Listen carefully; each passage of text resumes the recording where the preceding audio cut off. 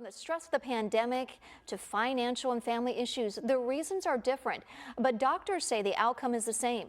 Suicide rates rising by the day. I take a deeper dive into the warning signs and the steps you can take to possibly save a life.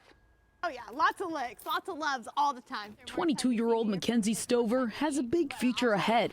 The recent OSU behavioral science grad just started a new job working with kids in Logan County and just bought her first home. How do you feel today?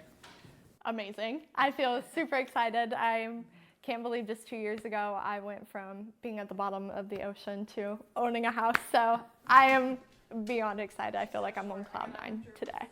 But she wasn't always on cloud 9. Not that long ago, in a dark place. It was the first time that I was like, if somebody leaves me by myself, I'm going to kill myself. That internal pain and heartache started as a kid. My sophomore year, I had my first really big breakup. It was very traumatic. I got cheated on. It was just, but it wasn't that. It was for so many years, up from elementary panic attacks into middle school suicidal thoughts, into just dealing with life issues in high school and into early college. It was like the straw that broke the camel's back for me. No one had a clue. I had the plan that I worked through every plan that I had. Okay, I'm going to jump off the parking garage that I park at every single day, and nobody's gonna know. So what stopped you?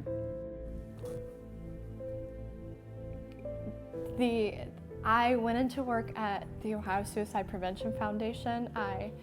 They could tell that something was wrong. Something was really, really wrong. The pandemic only making things worse, along with a high rate of depression, suicide rates rising. Dr. Megan Shabbing with Ohio Health has seen it firsthand. What we know now is it's a totally different ballgame. Even if someone has no mental health history, if that person is feeling stuck, feeling hopeless, having trouble, struggling, that you get help for that person.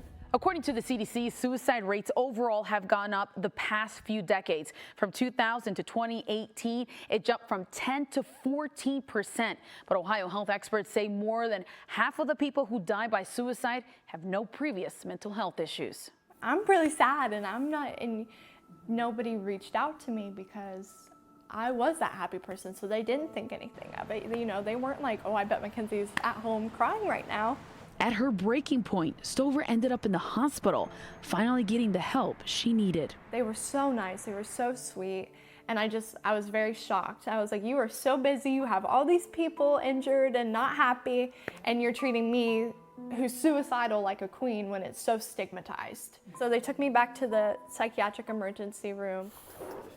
All right, Bubby. Life now, totally different. Her new boyfriend serving as a backbone of support, getting a second chance at life. Honestly, it was like the world lifted off my shoulders. But she still has some bad days, like all of us. Dr. Shabbing says the important thing is to know those warning signs and reach out for help.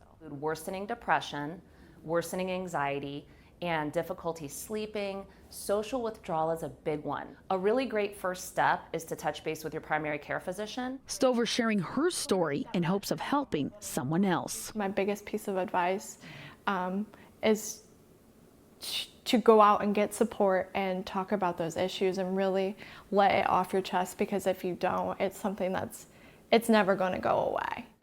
Stop fighting those battles in your head and let somebody else help you fight those too. On your side, Jackie Orozco, ABC 6 News. If you or anyone you know is struggling and need help, call the National Suicide and Crisis Lifeline by dialing 988. Someone is available 24/7 in English or in Spanish.